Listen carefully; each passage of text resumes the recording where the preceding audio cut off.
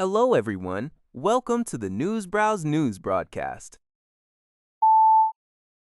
According to a report by NPR, Iranian President Masoud Pezeshkian has traveled to Pakistan to meet with officials who are mediating negotiations between Tehran and Washington. This diplomatic mission coincides with ongoing technical talks in Switzerland aimed at finalizing a permanent deal to end the conflict in the Middle East. High-level discussions were recently led by U.S. Vice President J.D. Vance and Iran's parliamentary speaker, Mohammad Bagher Khalibaf. Despite these efforts, discrepancies have begun to surface regarding the terms of the agreement. While the U.S. stated that Iran agreed to allow International Atomic Energy Agency inspections at nuclear sites previously damaged in airstrikes, Iran's foreign ministry spokesperson denied that any such visits had been scheduled. Meanwhile, negotiators have established specific groups to address critical issues, including sanctions relief, nuclear affairs, and maritime security in the Strait of Hormuz. Additionally, a Devastate confliction cell is being formed to monitor the fragile ceasefire in Lebanon, although Israeli Prime Minister Benjamin Netanyahu has maintained that Israel retains full freedom of military action against threats.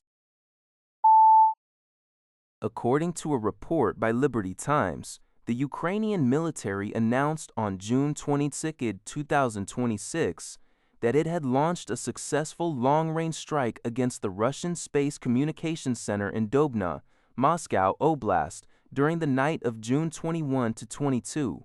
Dubna is a vital communication hub responsible for satellite signal transmissions and long-distance communications for the Russian military.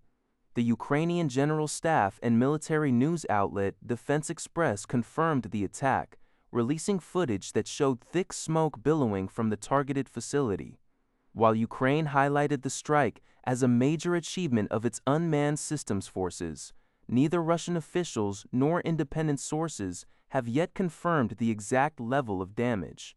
This operation is part of an ongoing Ukrainian campaign targeting critical military and energy infrastructure deep inside Russian territory.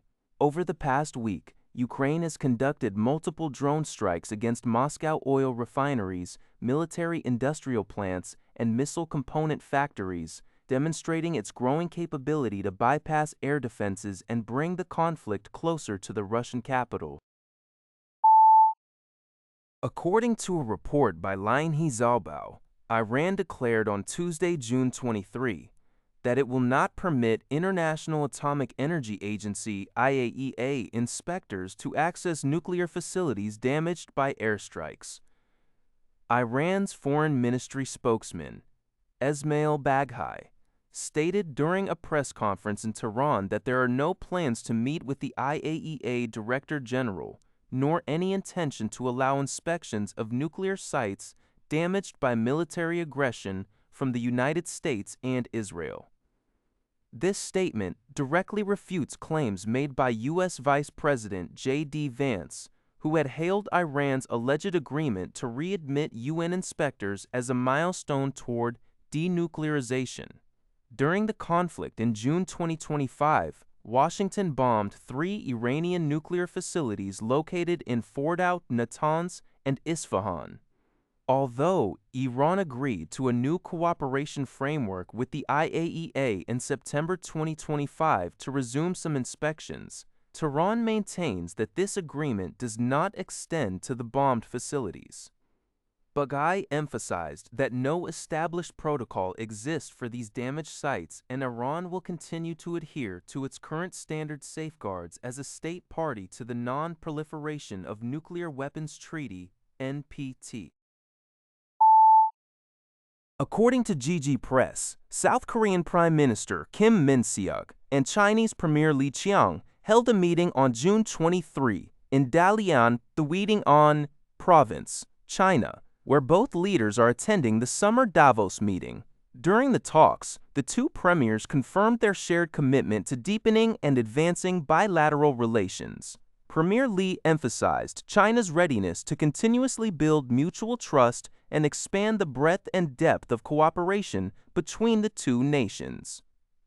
In response, Prime Minister Kim stressed the need to elevate bilateral exchanges to a higher level across various fields, including politics, economy, culture, and youth exchange. This meeting follows previous high-level diplomatic engagements between the two countries, including a summit between Chinese President Xi Jinping and South Korean President Lee Jae-myung in November last year, as well as President Lee's subsequent visit to China in January.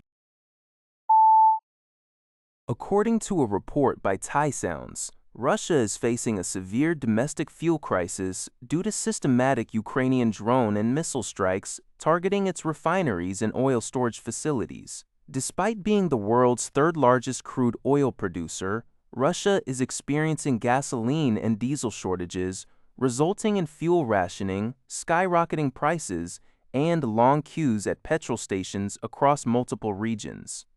To address this politically sensitive issue and curb inflation, Russia is considering importing fuel and subsidizing the purchases to cap retail prices. According to the Russian business daily Vedomosty, industry sources reveal that Russia's daily gasoline production plunged by approximately 25% last week compared to June last year, dropping to around 90,000 metric tons.